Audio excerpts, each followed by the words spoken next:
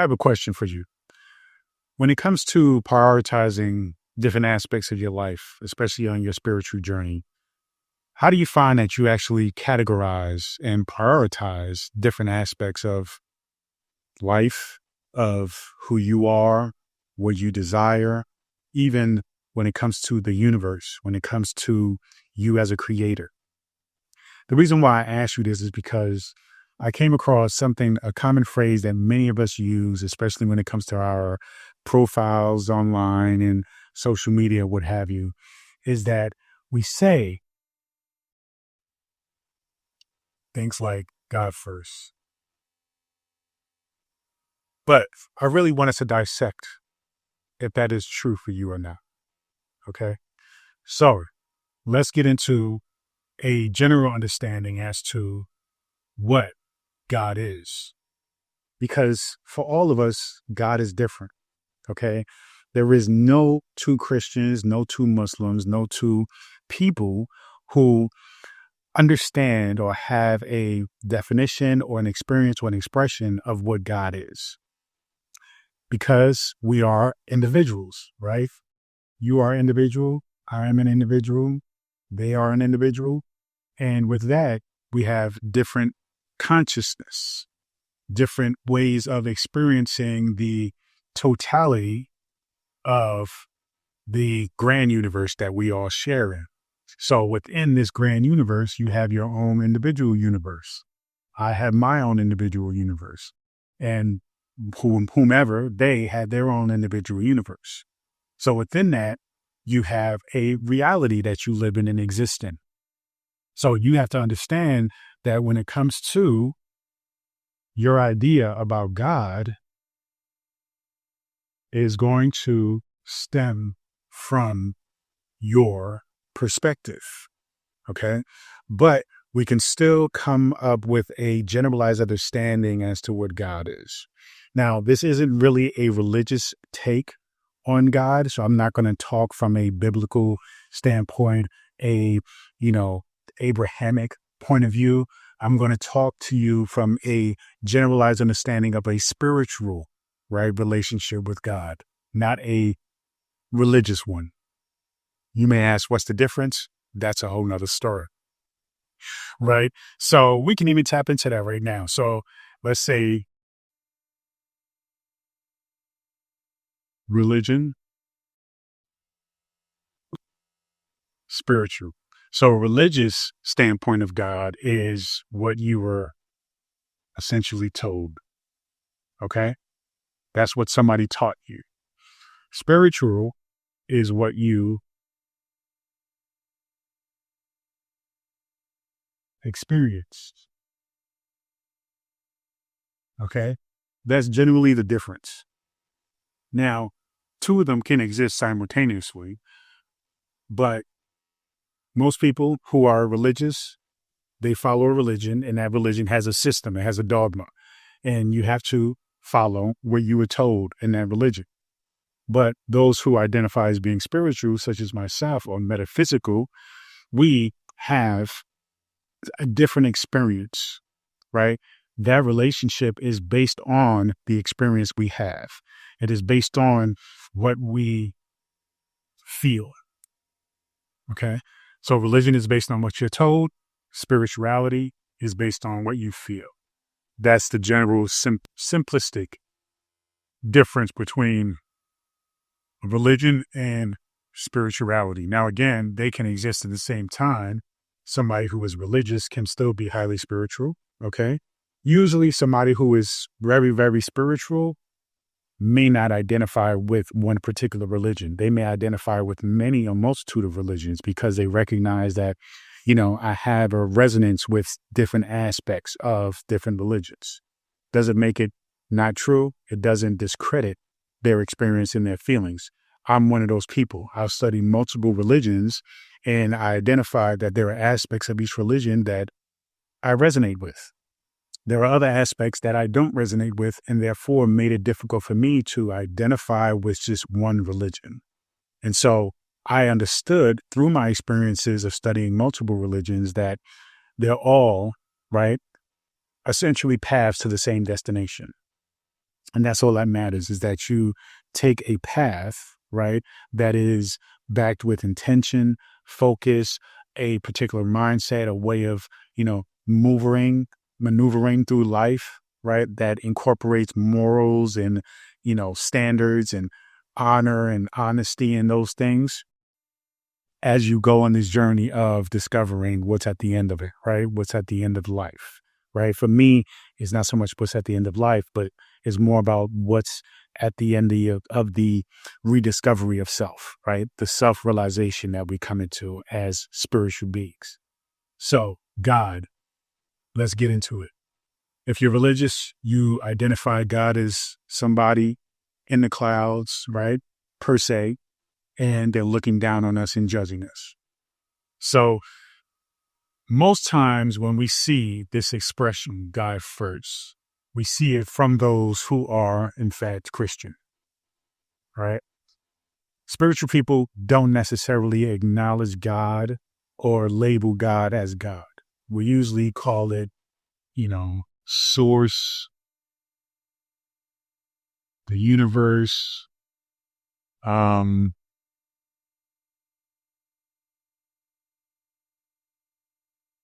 you know, infinite intelligence.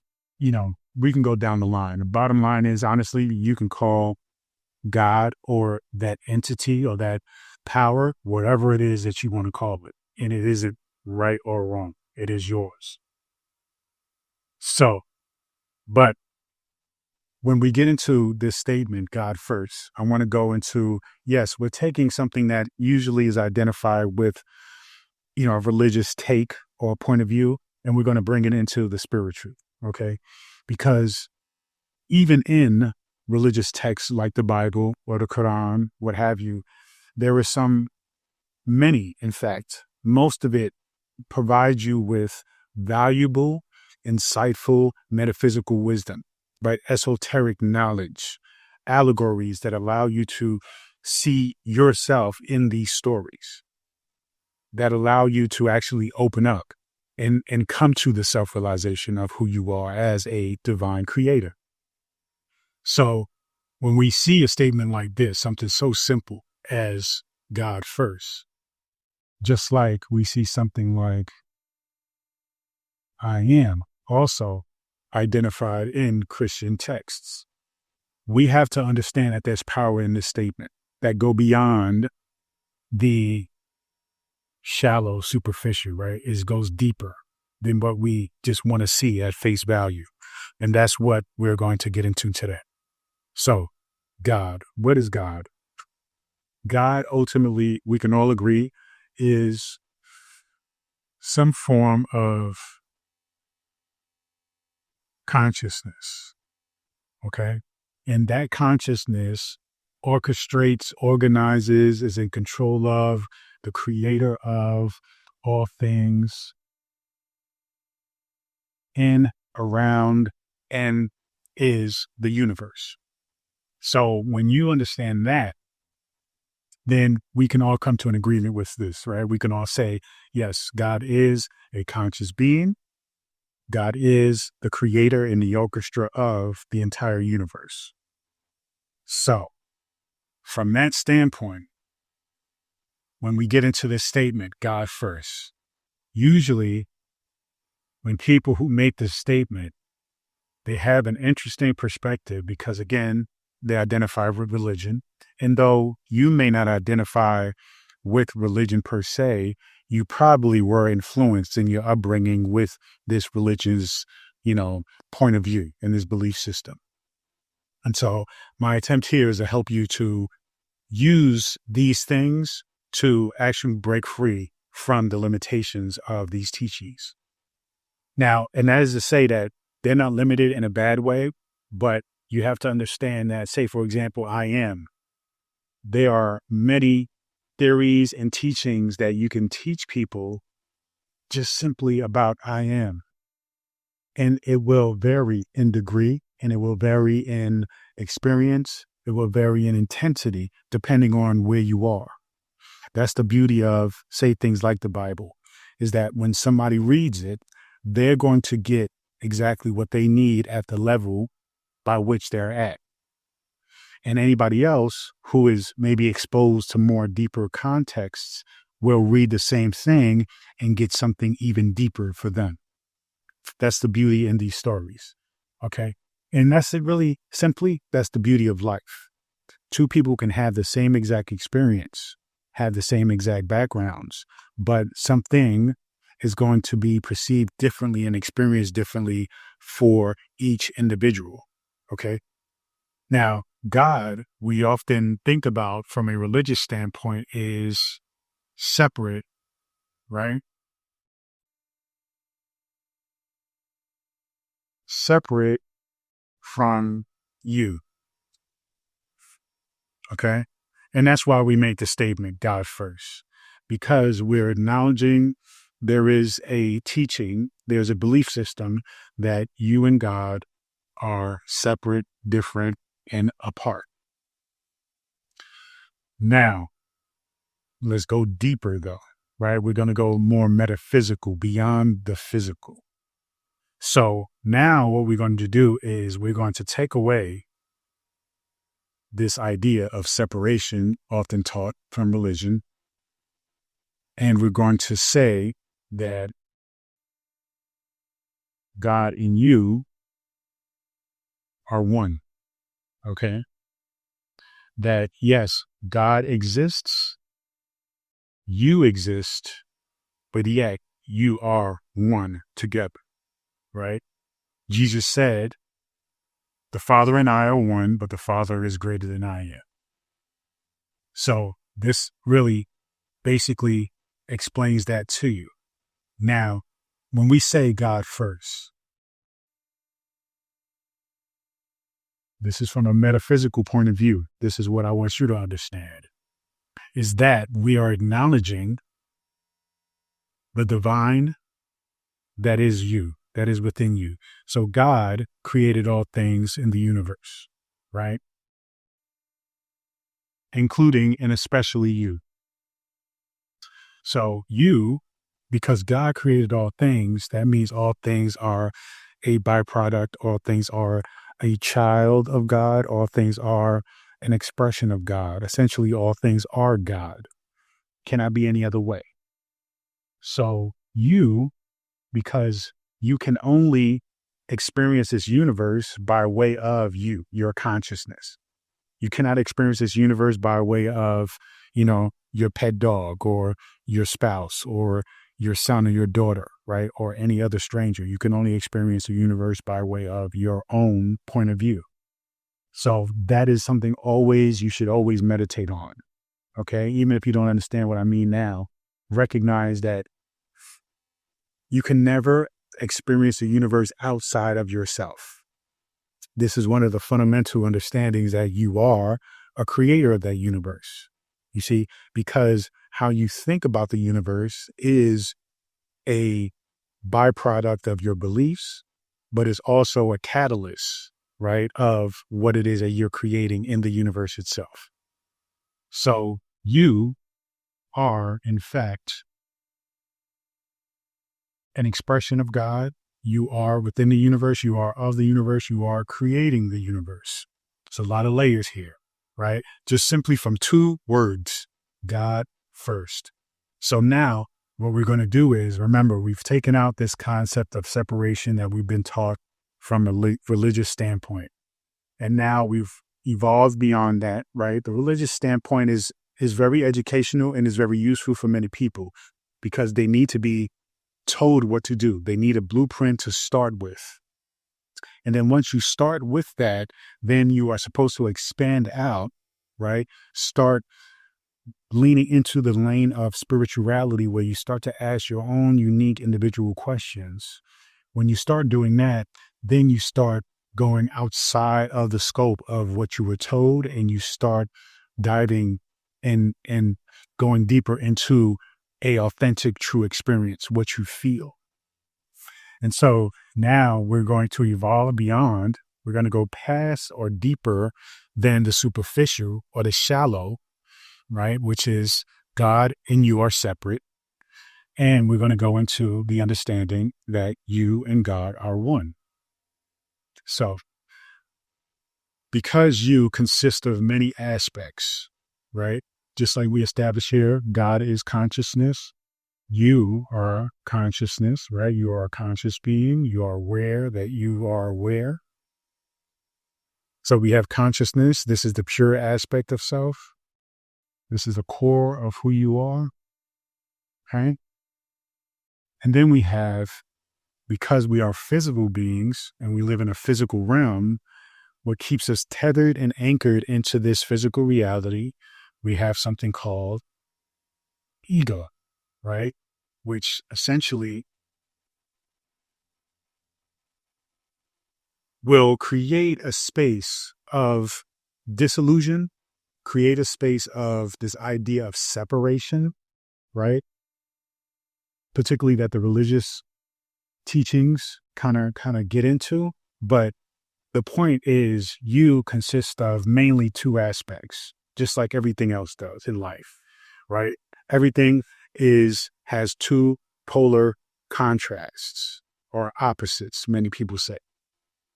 I refer to them as spectrums, where here you can identify this as the light, and you can identify this as the dark side of who you are, right? Now, this is not good or bad per se, even though this can be categorized as good, this could be categorized as bad. This is not to say that this is not necessary. Your ego, the darkness, the bad is in fact necessary. Those are just judgments that we made up. In true actuality, God does not think in those terms. God is neutral, okay?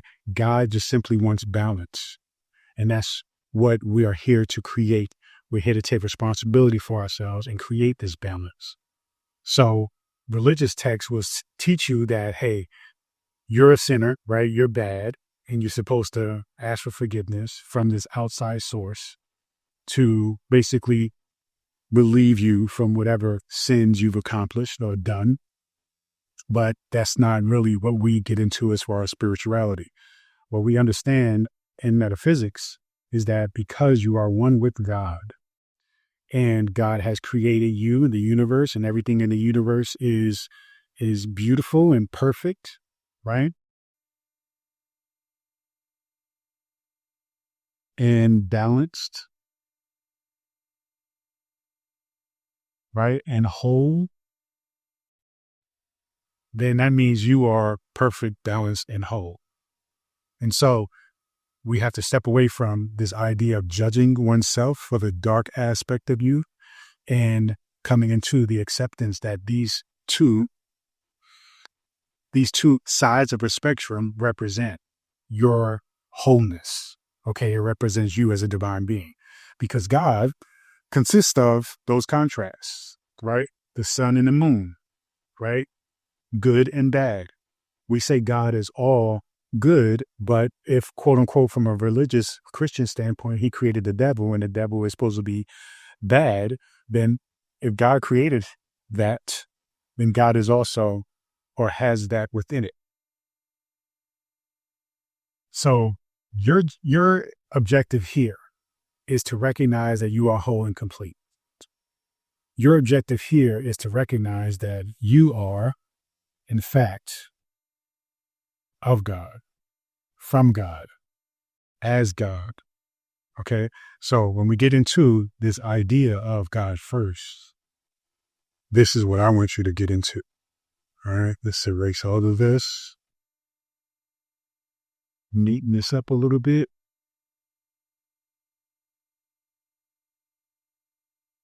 Now, remember, the ego, though it is important in this physical world and it acts as a tether, as a tool, as something that we use in this game of life, it isn't who you are.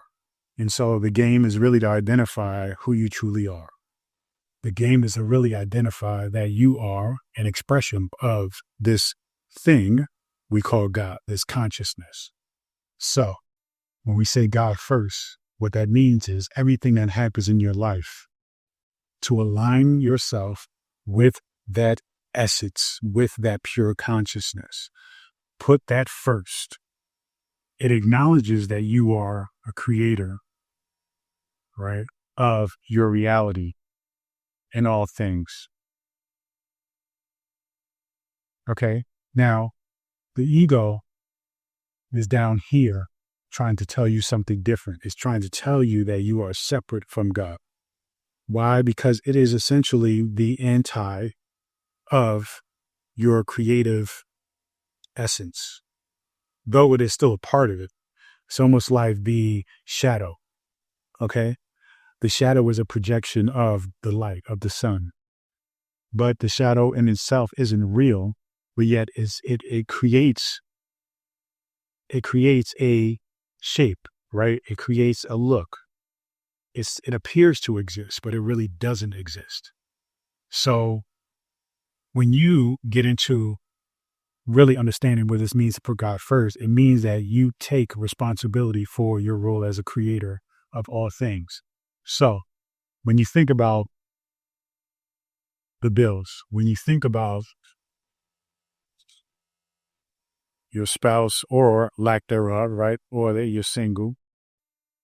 When you think about your children and maybe they're stressing you out or you're worried about them, when you think about your career,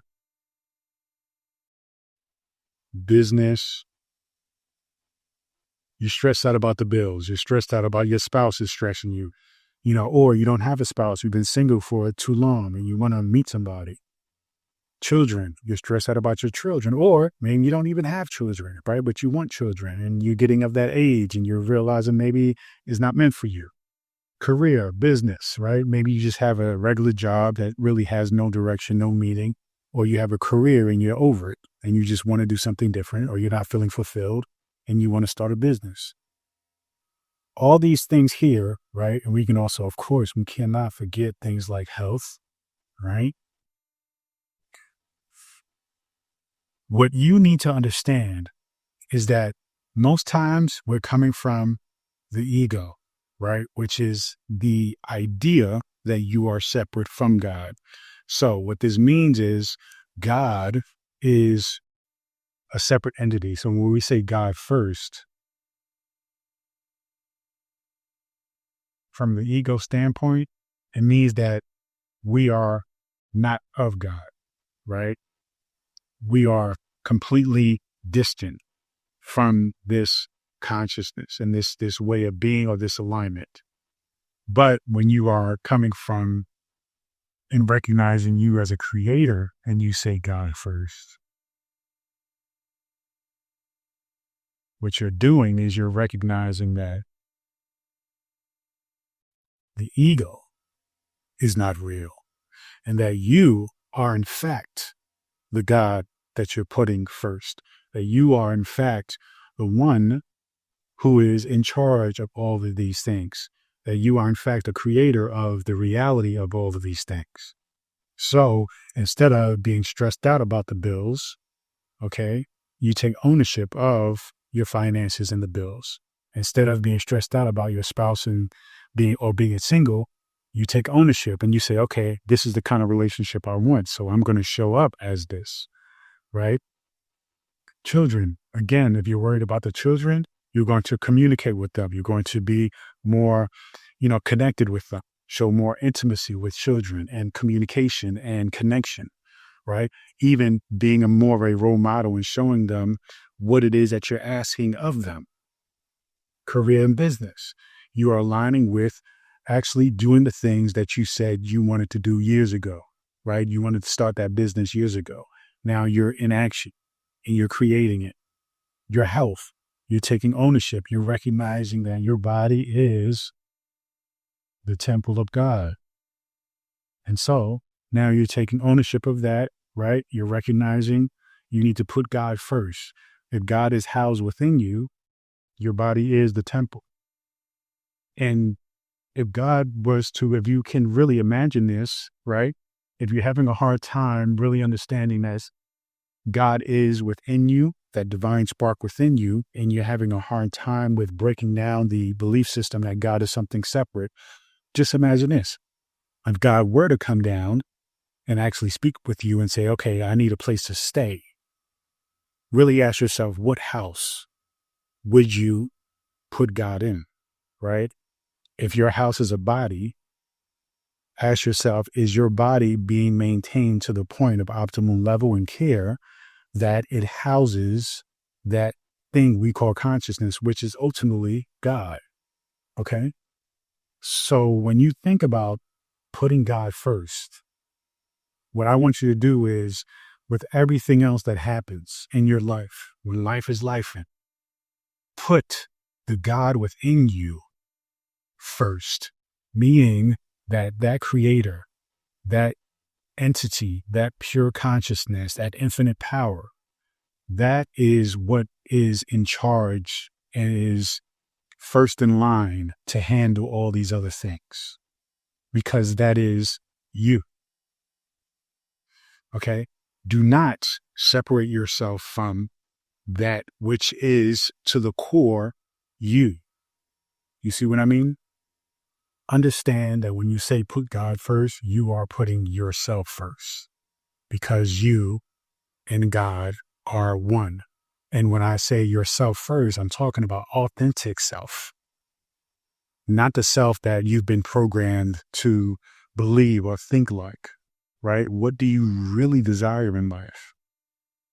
What is it that really keeps you like passionate and keeps you going and puts a fire under your butt, right?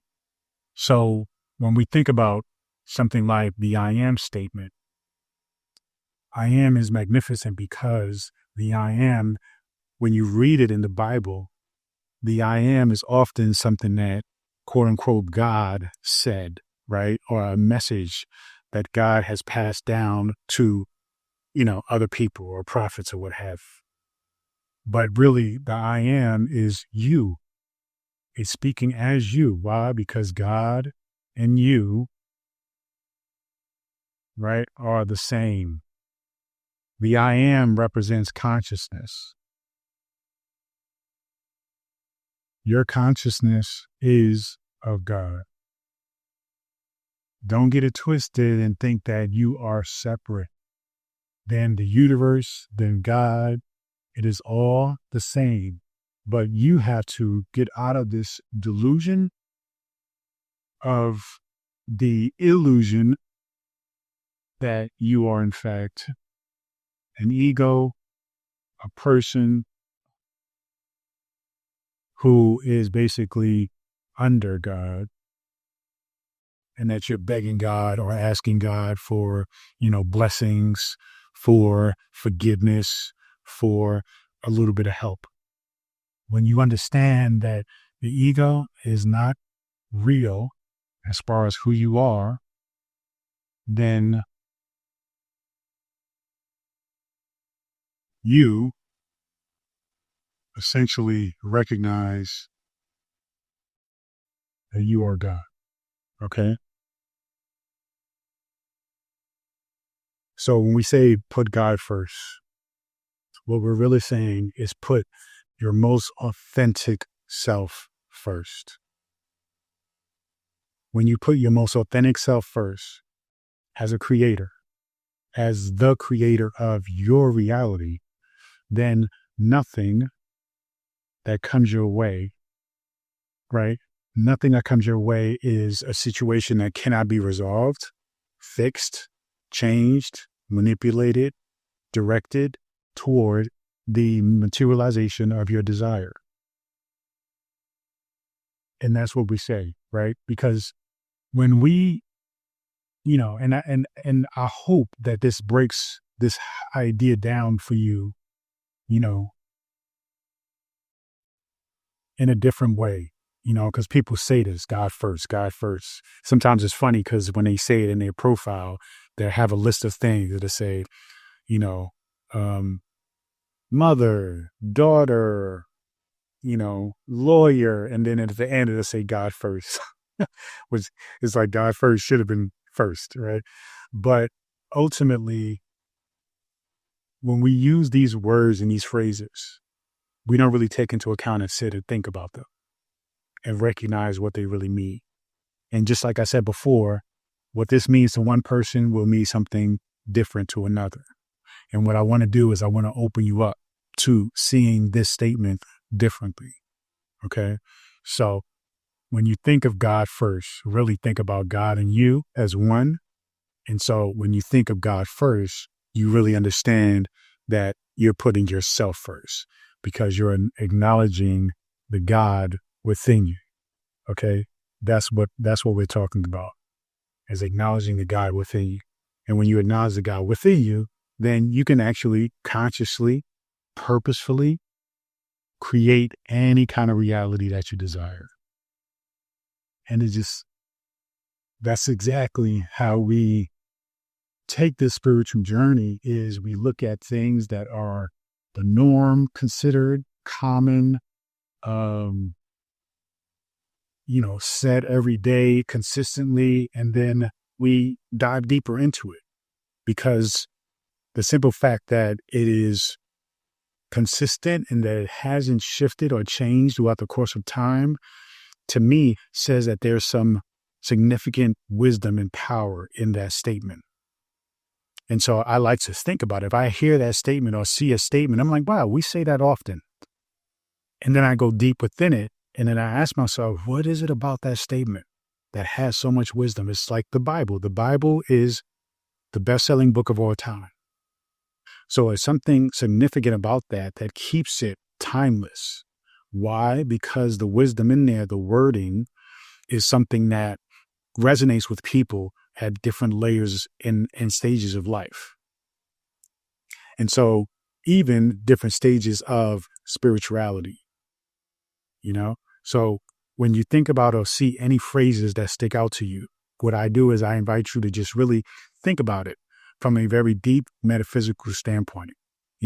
We recognize like angel numbers and things like that, right? We see, if I see 111, that means this. Well, also think about it in terms of when you see certain phrases.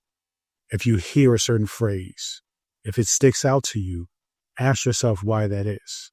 It is your consciousness trying to expand and open to reveal to you something along your journey of self-realization. So never discredit, never, think that it's just coincidence or it's just something that's common.